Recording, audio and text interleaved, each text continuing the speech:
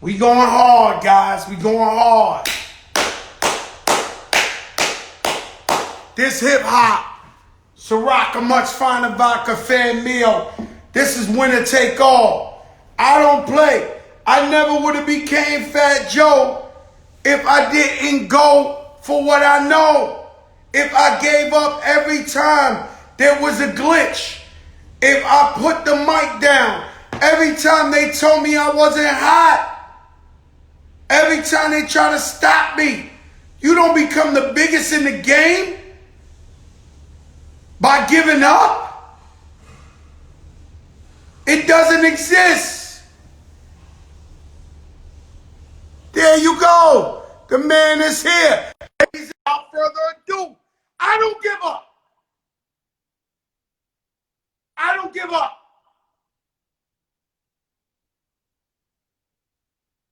There you go, Adam. You gotta accept. I just send the request. I got you now. Waiting for Adam. Let's go, baby. Barbecue or boogaloo. Woo!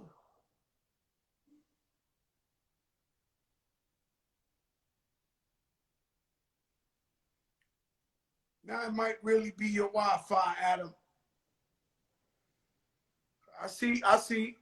I'm gonna try again. I hit you right now again, Adam. I got you. You right here when you say you see the request. Right there. I'm ready for you to pick up. There you go. Yo, I'm going to go into my textbook playbook in the hood.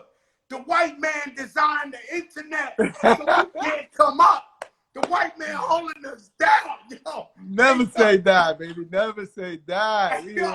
We're here, baby. We're here. Adam, man. I mean, yo, god damn, like this was it's good to see your face, bro. Yo, Adam, what's up, my brother? I don't know if the world knows that we've been family for many, many years. Yeah, bro. I was thinking about that today, actually. Silently too. Yeah. You know, I think you like one of our brothers that you ever see like in the hood where there's a gang, but you got a brother that plays ball but you don't get him involved because you want him to do the right thing.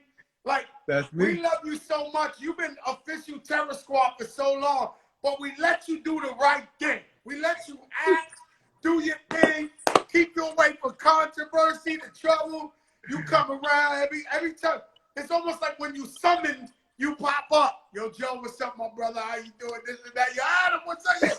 Yeah, my brother. Yeah. I'm proud of you, Joe. Okay. And then you go back into your thing, and we just proud of you. We just proud of you. Bro, that love, that's so real, man. The reason I was thinking about it today was because I was like, the first time that we met, I remember telling you, man, like, you were an inspiration, Joe. You were an inspiration, bro. I mean, I'll never forget when Flo Joe dropped, and I was like, yo, somebody representing in a way. What was that like, Adam? You being Latino when you saw Flo Joe drop? Man, you know, it was, man, I had so many words to put it in. I guess I'm trying to remember that time in my life. I was probably about 17, and I remember feeling like, yo, I belong. Like, you know, there's somebody claiming that space right there that hasn't been claimed really, you know. And I know that we you know, Boricuas were there for all of the beginning of all that. It was never a question to the people that knew, but the world didn't know it. You know, the world didn't know it. And Fat Joe came out and made a statement, man. And people saw something they hadn't seen before in that way, man. And that's crazy because I feel like everybody had a best friend that was Boricua. And, you know, growing up in New York, that's something I want to talk to you about. Growing up in New York, it's really, really different because blacks and Latinos run together. And there's no way around it. The next door lady, Miss Laverne, like, there's no way around it. We run together. And so with us, we the next door, and we asking for eggs, butter, sugar. Same thing. So, but I felt like when Flojo came out, you finally seen a guy that looked like you, talking For that sure. shit too. It was that That was the gangster thing, shit. right? Because it was like there was always DJs, there was the break dancers, everybody, they were always in that, but there was never an MC that came out that was hard, that came in. That was a time in hip hop when, you had to be hard if you were gonna make some noise. Like you had to be somebody that people were gonna, respect, man. I used to write rhymes. I would write rhymes. I had notebooks full of rhymes. But in my head, I was like, well, how could I come out? There's no place for me in this world. And that wasn't where my passion was. I guess I didn't pursue it if it would have been. But, when you came out, it made me feel like, there's somebody that did it, So what told you to go the acting route? What told you to do that? So I played ball growing up. I wanted to play baseball, man. That was my thing, was playing baseball. And when I realized that wasn't gonna happen for me, I was probably about 19. And I always loved being the class clown. I loved reading. I loved stories. I loved movies. And so telling stories was always something that got me through. That meant a lot to me. That and music. I mean, those are the two things that growing up really filled a lot of space in my life, man. And but I never saw anybody that looked like me really acting. You saw Eric Estrada, maybe Raul Julia, Eastside was doing it from the early 80s. There was some people that you saw, but there was nobody again that was really like on top in that way. And so acting didn't really seem like it didn't seem like a real career path. Like I didn't believe it, it never dawned on me until I was probably like 19 that, you know what, let me explore this a little bit. So how do you go for your first audition? How do you, it's one thing to say I want to act. There's somebody in fucking Oklahoma right now or Arkansas that wants to act. How do you get in the door? Like, how do you get in the audition? So, I mean, first thing I knew I had to do was study. I wanted to show up and know what I was doing. I didn't want to, I had respect for the craft. Like I knew that I had to learn what I needed to do to prepare to be there if I got the chance to show up and be there, because the worst thing you can do is get a chance to do something and not be prepared for it, and you know what it's like. Somebody hands you the mic, I spit, and they give you the mic and you doo-doo, it's a wrap, man. You're going to get that one chance. So I took my time. I studied for a little while. Probably, I took some classes at this community college I was going to. I took some classes in Manhattan at some different acting studios. I read books, studied actors that I wanted to be like, whose work I appreciated. And then what I started doing was who else was there? I don't want to cut you off, but sometimes they tell me I don't let people speak, but I just thought of something. Let me have a conversation. Who else was at those auditions with you when you was like the class of 92, 93? When you go into this audition, who's coming out this big now? Who, how you bump into them? Because I know when I was rapping, I used to see Jay-Z, Nas, Big L, everybody in front of the club rapping. Who was like those up-and-coming actors that you would see all the time going to the auditions, in the same fight you was in? Yeah. It's crazy, man, because at that time, we're talking about late 90s when so I get past the whole study phase, and then I end up, moving to LA to try and really make a move on the whole thing. Actually, let me back up a little bit because I want to show some love to Yuli. So I send out all these headshots and resumes, right? All around the tri-state area. Probably like 200 of them. Wrote hand letter to everybody, headshot, like the smile and the whole thing. And I get a couple of responses, and one of them is from this company called TNT Casting. I come home from work one night, there's a message on my answer machine, and the guy says, this is sounded real professional. Like, this is Ulysses Terrero from TNT Casting, and I have a great opportunity to work with an Academy Award-winning director. If you're interested, please give me a call back. So right away, I call back. Guy picks up on the other end of the phone, and he's like, yeah, what's up? Yeah, and I was like, yo, I said, this is Adam Rodriguez. I'm calling I got a message on my machine about a job for tomorrow. He's like, yeah, okay. And then he switched back up into professional mode, and he was like, yeah, there's some extra work tomorrow for you to do on this movie with a guy who won an Academy Award. So now I'm like, damn, this could be a break. Like, I'm 19. I know nothing about the business. Was this fish out of water? No, this was before Fish Out of Water. This was a movie called The Minotaur. Yuli got me in Fish Out of Water. I know. I remember that movie, man. That was with Yuli comes every 10 years to tell me, like, do I want to sign off on the Fish Out of Water? Like, yo, come on, man. Yo, Yuli. Yuli, you, man. So that was your first one. That was my first extra job. Yuli gave me my first extra job, man. And that's how we connected. That's how I became friends with Yuli. And that's my brother for life, too, man. And that's how we became friends, man. That's how I met him. Then I met Jesse and, you know, the rest of the family, man. That's actually how I met you guys. That's how I met you and Raul and everybody. Do you know how I put Jesse on? Do you know that story? I was around. I had to be around. Tell me the story. So Jesse was, well, Yuli was always my man. So Jesse would come to me and tell me, and this is at Big Pun's working on Capital Punishment. The Beat Nuts is like, this is the prime time. This is when, and Jesse would come. At the time, I would use Chris Robinson to shoot all our videos. Yeah. So Jesse would come all the time to tell me, yo, I want to shoot a video. I want to shoot videos. I want to shoot videos. So I gave him an artist and I gave him 10 grand. Cash out my pocket, but I'm not even gonna lie to you. I remember this. This was almost like get away from me. It was almost like I love you and Yuli. Please leave me alone. I remember this, bro. He shot the video. It was for Prospect. Yes, he shot it at that bar on the corner of Castle Hill. It was like 3 doors down. That bar was 3 doors down. Yes, from where I used to live, man. And it was so dope. And once he shot it, it was like, oh shit, this shit is fly. And then Jesse was like, yo, hook me up with Chris Robinson. I know he got a company. Damn. So I plugged them two together, and the rest, I can't take no credit for nothing else. No, you know, Jesse, he's the biggest in the game. You know, we actually in discussions with Jesse and Yuli now to do the life story of Fat Joe, like he did for Nicky Jams. Shit.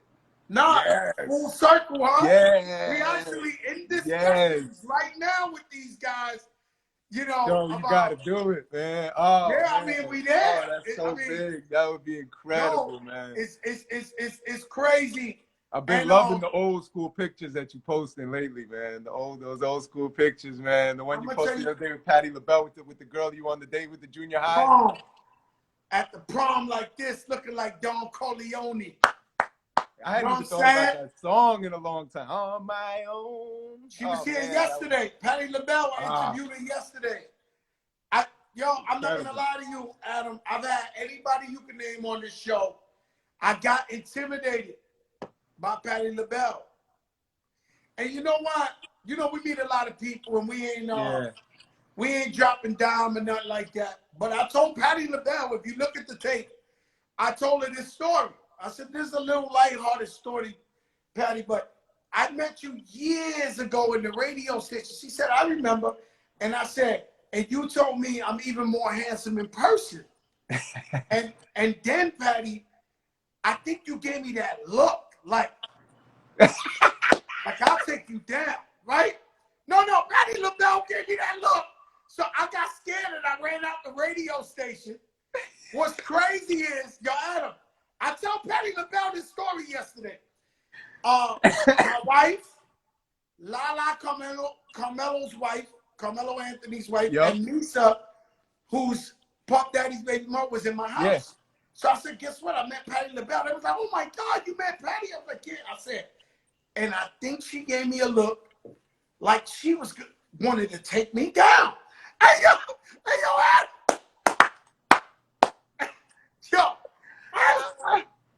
yo, and how old were you at the time? They thought I was crazy. You know what Patti LaBelle told me? I did give you that look. You were right. Come on, Joe. Yo, Adam. You know the look when you see it. It's all in the eyes. It's all in the eyes. I'm gonna tell you a story. And you know that changes your life, though. You know that changes your life when that happens, right? Like when somebody, because I've had that happen to me too when I was young in the game, man. When you see some female that you know looked at as like, oh my God, I'm sure it happened to you too much. Like, no, but I'm you're saying, a sex symbol. But what I'm saying is that it changes how you see yourself all of a sudden. Like all of a sudden, when somebody, a star, a mega star like Patti LaBelle gave you the eye, you were like, oh shit, hold on a sec. That was like some kind of validation. Oh yeah. For me, it was like, oh shit. Oh my God, I know that shit ain't happening, right? But I can't tell you. I met the girl my daughter's executive producer. She's 14 years old. She ain't mad at the story, but she keeps saying Jane the Virgin, Jane the Virgin, Jane the Virgin.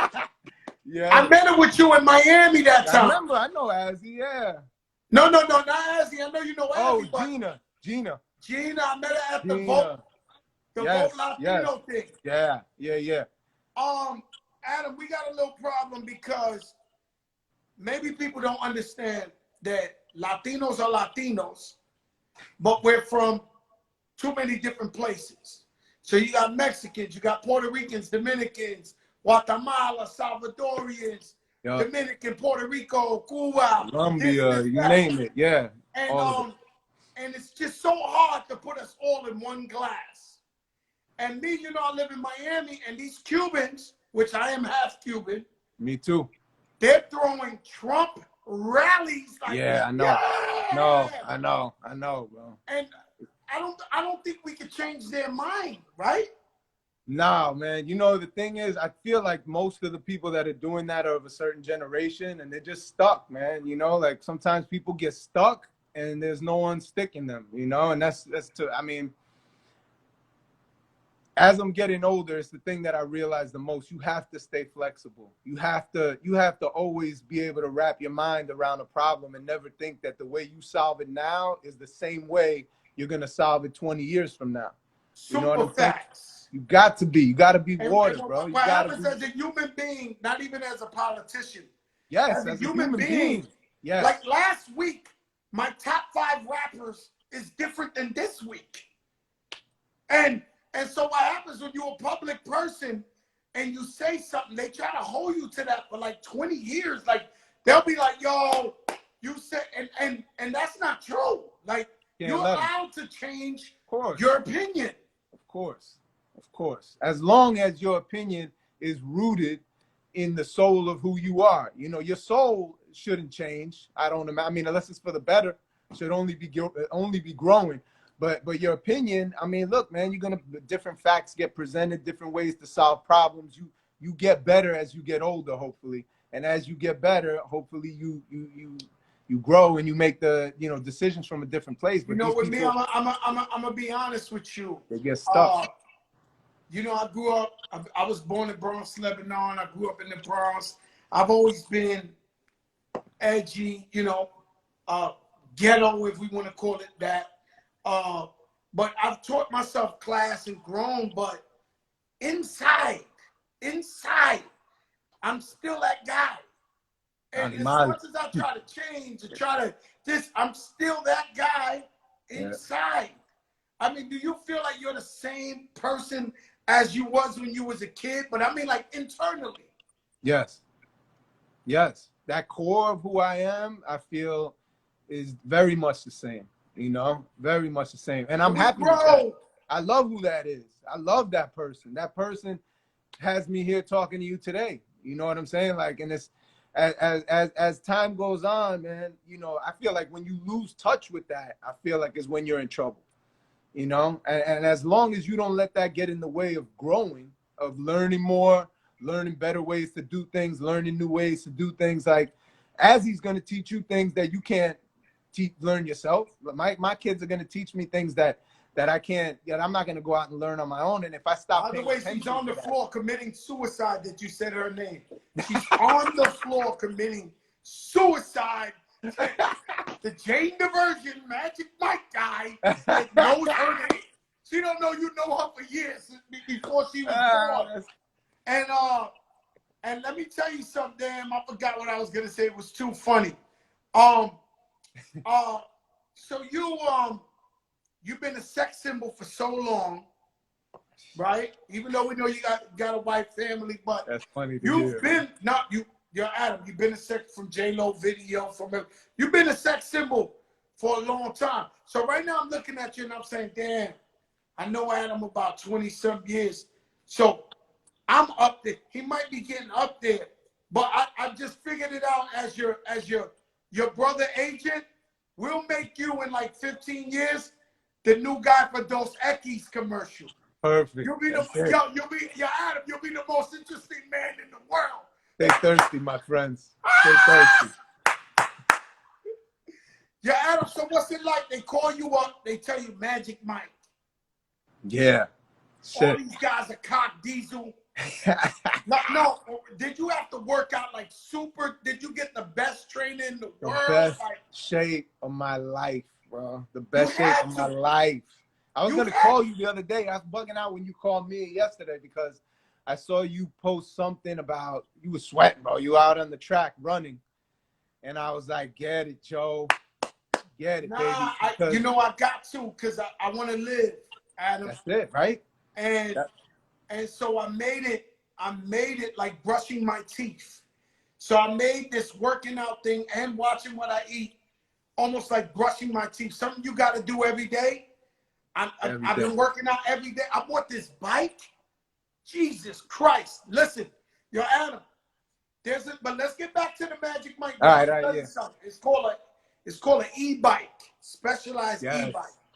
And so for me, I ride bike all the time, but over here in Miami, they got hills like over the bridges and all that. Be killing my knees. This bike gives you a little electric. I fly through that motherfucker like, oh my God, I come back drained. And you know, that's it, man. I'm just trying to stay alive, stay healthy. That's it, bro. Be here for my family. You want to be here, right? You want to be here, man. I mean, life is so beautiful, man, that... Yo, you know it. You made a beautiful life for yourself. Why you want to cut it short? Exactly. You know what I'm saying? Why so that's my point. My point is like, yo, I got so much to do. I'm trying to live. Yo, I'm trying to live. And it's crazy because, you know, I feel like I got a lot more to do. Right? You know, I got a phone call today from Eminem, right? And he was like trying to like convince me to come out of retirement, right? Because you know I quit. I retired rap music. Nah, I didn't know you were done. Yeah, not as an executive. My last album with Dre, I retired and I mean it. And so I can't tell you, I got a lot of our friends that's calling me for a feature, and I don't even go to the studio. And I'm happy. I've been home, family, doing other business, doing the Fat Joe show. And I've been like, yo, I really, really retired. And Eminem was like, yo, Joe, you're one of the best OGs in the game now. You better than ever. Like, are you serious? The last album, and I was like, yo, I really don't want to go in the studio. He said, but you can't, because when you an MC, you got to go in the studio. I'm like, yo, I get what you're telling me, but I really, really have retired. He said, nah, you're going to snap out of his suit on later. And, but I feel like I have so much more to do, not just music, but just in life, man, legacy, you know? I also want to, and I don't want to put my foot in my mouth, but I also want to help people even more. Yes. You know what I mean? Like up and coming kids and influence them and almost be a mentor. That's something that's been like right behind, you know, in the back of my mind. Like I actually want to mentor up and coming young Latino and Black kids and just give them, because sometimes they got to see the inspiration. Got to. You've always done that. You know what I'm saying? You've always done that. And we do that without even realizing, man, because that's always been my motivation. You know, I want other kids to look up and not even have to think twice. Have 20 guys, to be 100 guys to be like, I want to be like them. I want to be like them. I want to be like them. But for now, it's who's there. And we have that responsibility to, you know, to do that always. And that's you crazy. Always do that. I see you take time with the people, you know, and it takes one to know one, man. And I always felt like, you know, every time I see you with people, you always give people your time, bro. You never brush people off or disrespect. Yeah, because I think I've always looked at my life as an open book, and I've always looked at life as I'm an open, like I gave myself, it's like a service to even this shit right here. It was COVID. I was terrified. I thought it was the end of earth. I thought of my fans and I said, you know what? If I'm scared, they got to be terrified. So I turned on the IG, started talking to them, bringing up the doctors from the hood and I saw that. I saw when you had violence. Jimmy on. You had Jimmy, because Jimmy had COVID, I guess, right? I had everybody on this show. Yeah. Anybody you name, I've had on this show. And Jake Bolvin hit me up. He got COVID right now. And so he said when it's over, he's going to come, but he's really fucked up with the COVID. You know? And real, man. But I've been out here trying to do this, and then it turned into like now we on tonight, as a matter of fact, Revolt at 10 p.m. Eastern. And then it's going to lead to bigger and bigger things. And I just feel like out of tragedy always comes triumph. And I look at this show almost hip hop. That's why I threw up the picture last week of the Bronx, the way it really was, like looked like Bronx, with the mattresses, it looked like some crazy shit. I saw that. That's how we grew up. And I saw that. But it was so fucked up. But hip hop was created out of those abandoned buildings and them lots. That's where they threw the block parties and the jams. And so I feel like this show is a gem that was created out of Corona at a wrong time. And something beautiful, something positive came out of this. Look, man, you know, that's who you are, bro. I mean, you know, you came from those bombed out buildings in the South Bronx to where you're at now. And you're always going to see the world that way. That's what I'm talking about. When you're that kid, you always saw a way out. You never believed that was it, you know? And so that box never pertained to you. You know, plenty of people that get stuck in that box, whether it's then or now or whatever. And you know, and it's sad. And you feel a responsibility to try and help them escape from that box. You know, I'll tell them all the time. That's what this on is, this man. show, they might hear this every night. I was 12 years old, sitting in my project stoop with my man Louis from Cortland. And I first of all, I don't want to sound prehistoric or a dinosaur, but there wasn't even rap videos when I'm talking about. There wasn't nobody flossing. There wasn't nothing. It was just, we were bums. And I remember sitting on the bench telling my man Louis, I said, yo, Louis, I'm going to get rich or die trying. And he looked at me so confused, like, rich? Like, nobody's rich. Like, you know, like, this wasn't Instagram where at least if you poor, you could see somebody, you could see Khaled jump off a plane, or you could, back then we had no inspiration. But I knew in my soul, I was like, yo, this poor shit. Not for me. No, this ain't for me. Like, I don't know. You know, my father was feeding me liver. I already knew there was a prime rib somewhere. I'm eating the fucked up shit. Like, they try to give me pig's feet. I'm like, yo, what the fuck is this? Like, you know, and you're right about that. And I think like people who do succeed, or people who win or overcome all obstacles, they're just looking for the right system or the right thing. They got it. They know they got what it takes. 100%. And then tell me Beyonce didn't know when she was 10 years old she was going to be the biggest thing in the world. She knew it. 100%. And then I think the key now, looking back on it all, is you got to find your ways to give back, and that's how you get the longevity. Because you can hit it for a minute. There's been plenty of people that come and go. They get a job, they're here for a minute, gone the next. But to last, I really feel like you do have to have that spirit of generosity, that spirit of wanting to give back to something. And that's the thing that allows you to just keep going, and last. And the next thing you're looking back on 27 years in the game, Joe. Shit crazy. But the main thing is like, you say to yourself, right? Like I love, right, that my brother DJ Khaled is so big. And that's a great story, house, I go to this house. You know what I do in Khaled's house? He hate when I tell this story. And shout out Nicole. They watch it. I I always say that story, like the Rick James story in Dave Chappelle. Yeah. Like they got white marble, nobody can wear sneakers. I wear sneakers on purpose, muddy in this house. And I rub the shit on the white marble and I make the lady clean that shit. Cause I'm like, and I sit down and they go, hey, y'all, is there any prime rib in here?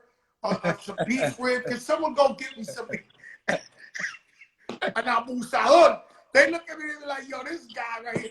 Because I'm so proud of my little brother. And he's gotten to this. And the same thing with Dre. I got a funny story about Dre. Dre, Cool and Dre, I discovered them too. These guys are rich, right? So every day I talk to Dre, he's at a different angle of his house.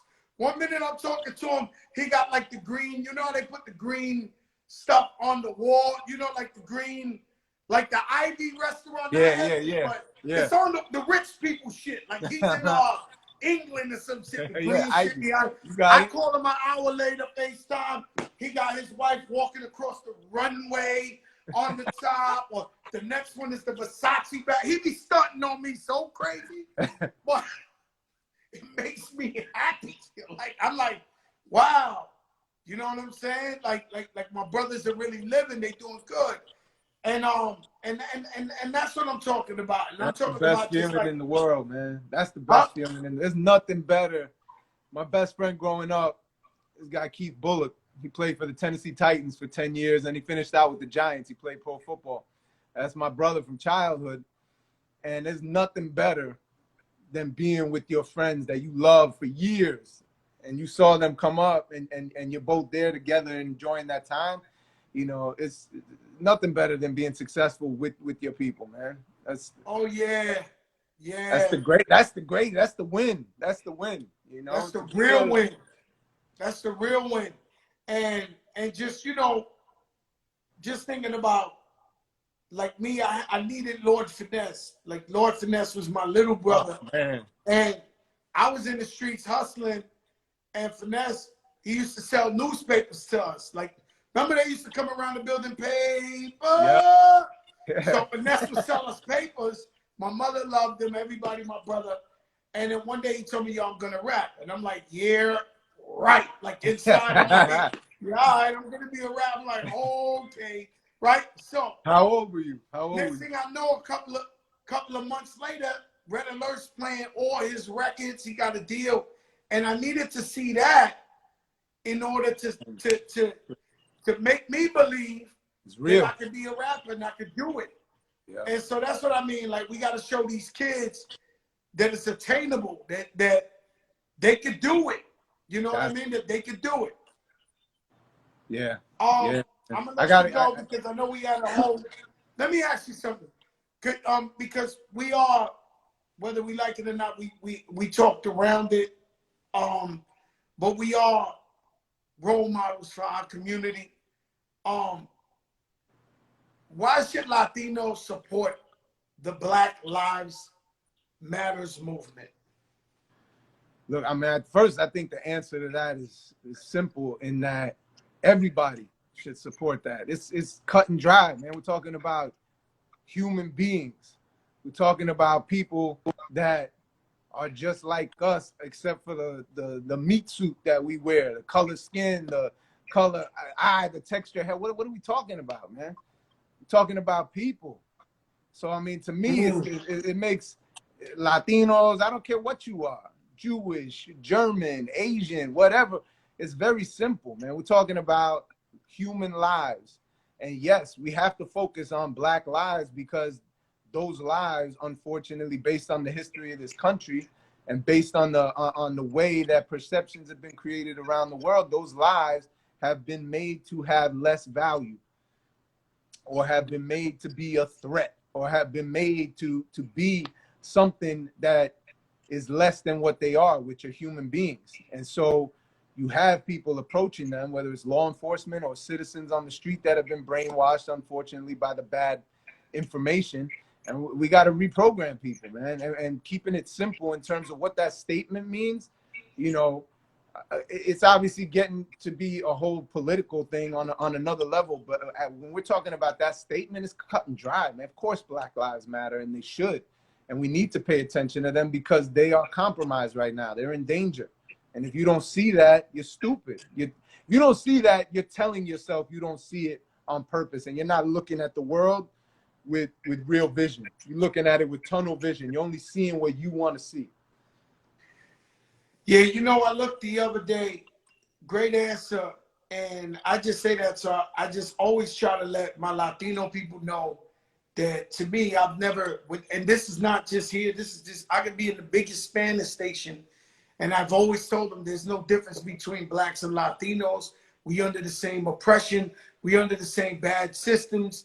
We got terrible health care. And we need to stick with each other 100%. in numbers so that, you know, something happens great for the black community. Well, the Puerto Ricans are next door. The Mexicans are next door. So 100%. That's better for your community. That's 100%. why I think everybody should stay together. 100%, man. And when, you know, the black community's been fighting this fight. I mean, look, we really want to break it down. We could go back to before America was even quote unquote settled.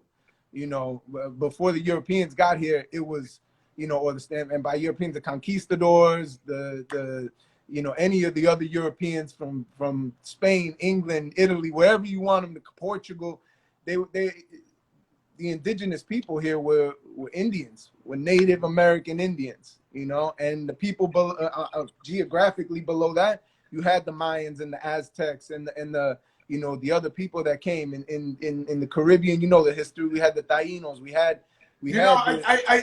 I said that.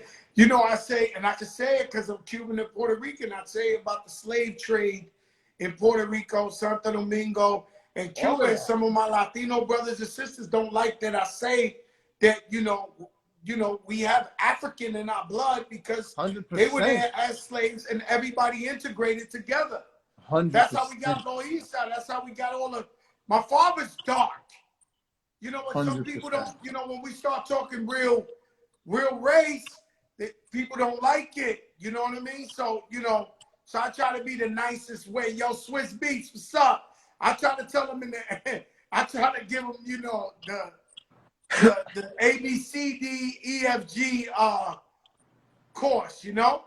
That's why you're a teacher, Joe. Because you know, look, you can't shove the message down people's throat, right? Like, because you want people, at the end of the day, you want a result from the conversation.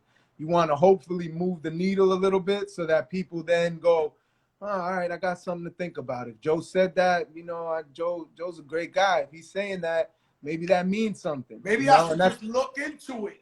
Yes. You know, and that's how I try to approach it all in my life too, man. Because look, you don't want to sit there and argue with people about something you know is the truth. The only way to convince them is to give them enough information that they think about it themselves when they walk away. That's a productive conversation. You know, that later on they go, damn, you know what? That does make sense. Maybe I should give that a little more thought in. And unfortunately, the results don't happen as fast as we want them to. But if you can move the needle 1 degree, you know, 10 years from now, that person that you move the needle 1 degree, 10 years from now, that needle might be, you know, 10 degrees or 100 degrees, you know, and maybe they're a different person.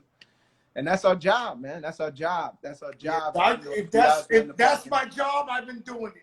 Yes, my brother. You've always done it, you know. Shout out Swiss Beats. He's in Saudi Arabia. His birthday was 2-3 days ago. I called him in Saudi Arabia. Happy birthday. Hey, y'all, Swiss. Yeah. And Swiss is half Latino too. I never knew that, man.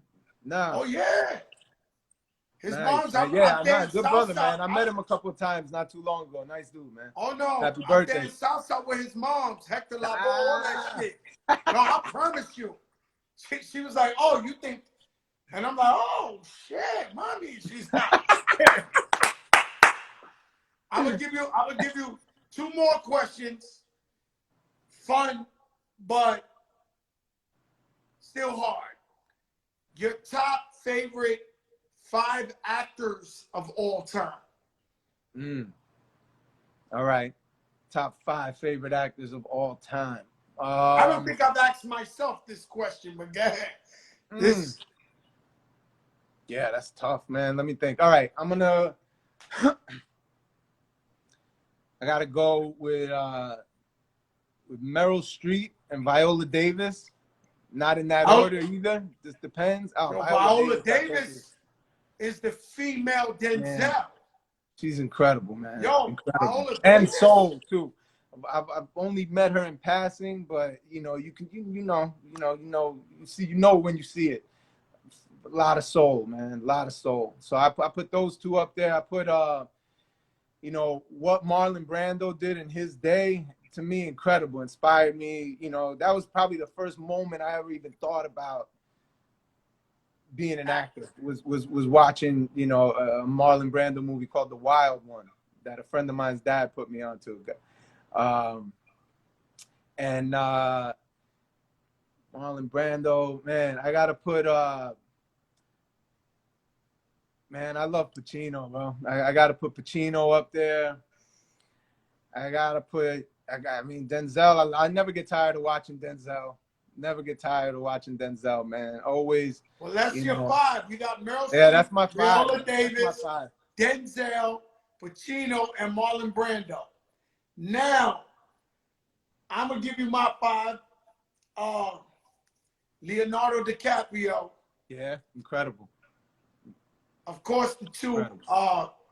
De Niro, Pacino. De Niro, yeah, I know. De Niro's incredible, man. Incredible. Denzel. And that's where we complicate things. Mm-hmm. You know, that's that last one is where who's gonna fill that spot? Man, I don't even know what I don't even know what to say. I don't even know what to say. I'm thinking of a female because I went all four men. Thinking of a female. Give me some choices, man. Give me like you know how you play the game show. Yuli, you. Yuli, we done bigged you up. You late to the show, Yuli. We call you the King Almighty. Damn, man. I got a good one. I got a good one. My nephew just helped me with James Gandolfini. Oh man, Rest in peace. That was shame. Too short, man. Too short. You know, I met him. Did you remember?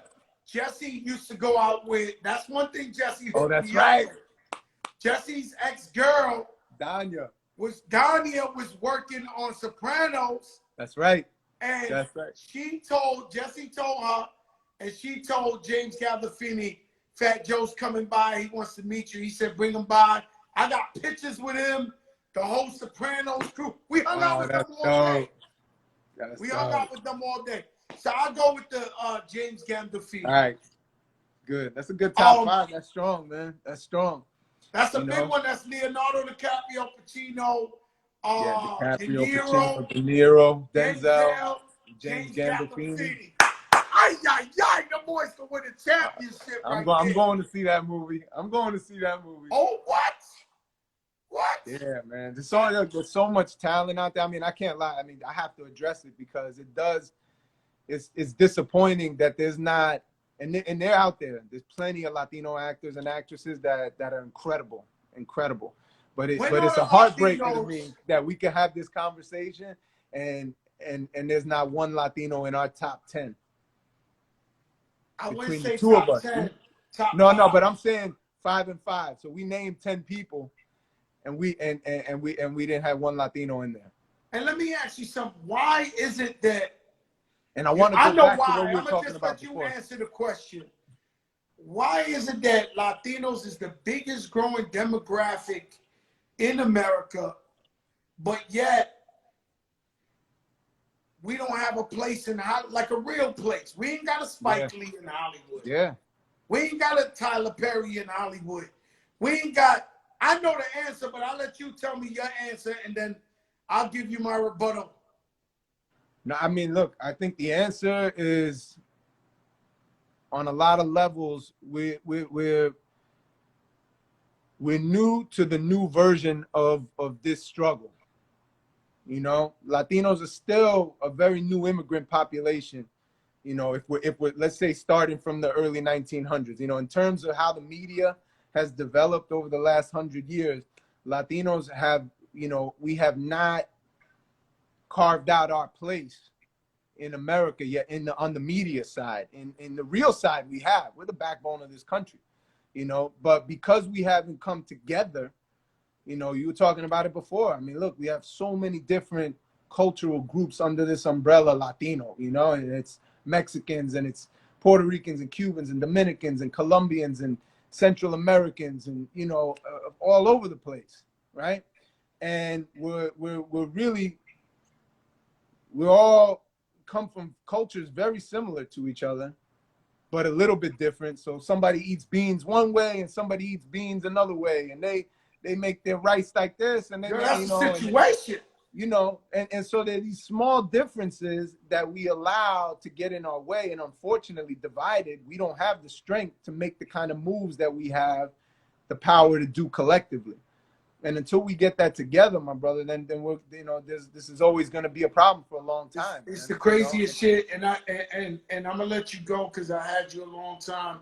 But I watched something today on YouTube about Latinos, and it was so true because they were saying. So I was watching on some Latinx, and they were talking about how you would go somewhere and they would say Latino or Latina, and it was always either the girl, the woman, or the man, and it was never like inclusion. It was never So they thought of Latinx to include everybody, all genders, all everything together as one, and those are the little niches that you're talking about that divide people. Yes. You know. Yeah, and, all of it, man. Some people consider themselves Hispanic and not Latino, and so, you know, and this is all old school thinking. This is the generation even before us. Old school. You know, and so we're in the driver's seat to change this, and the generation behind us, they're really gonna change it. They're gonna take it. They're gonna leap. You know what I'm saying? There's gonna be a big jump in the next 20 years, bro. Yeah. You know, it's unstoppable, but we gotta lead the way. You know, we gotta lead the way. Adam, my brother, to tell you I love you is an understatement. Man, I love you, Joe. I You're thank my brother you. I love for so you, many man. years. Yeah, we finally let the secret out that you terrorist squad on the road. You the guy we sent to college. You the hey Adam, you the guy we sent to college. You the guy we got you the acting job, and we never let you get in trouble. But we love you. We love you too much. God bless you. And we'll connect soon, all right? Yo, man. Hey, I love you, Raul. If Raul's out there, love you, Raul. You know Raul loves you. Everybody loves you, bro. Pito, you out there, Pito, shout out. You know, so you many know, good Pito's brothers, man. Too. Well, Rich Player. But Pito's Rich Player. Too. Rich Player. You love know, you, brother. Pito's her favorite, too. So Pito for shout out. When you said it, she was like, oh, Pito. I love you, my brother. Love you, Take Joe. care, baby. One love. And one. You don't know who I know. You don't know who I know. Adam Rodriguez, man. When you talk about a stand-up guy, always there. Whenever I call him, the best. The best. Just a beautiful guy. Shout out to his wife. Shout out to his sister. His whole family, man. What a beautiful guy, man. I thank him for being on the show. Tomorrow night, Jermaine Dupri, living legend, hitmaker to the stars. Stand-up guy, huh, Swiss? Y'all Swiss, boy, I tell you, man, you living life. Yo, Swiss, that picture you took in your garage that overlooks the whole ocean on top of a mountain with a Bugatti, that's how I love to see my friends take pics. That's what I'm talking about. And everybody out there, me and Swiss Beats is from the South Bronx. He's from Jackson. I'm from Forest. We started from nothing. We are here to inspire. We are here to let you know you can become whatever you want to become. Simple as that. Happy belated to Nas too. Y'all should stop. Y'all should stop, man. I mean, y'all,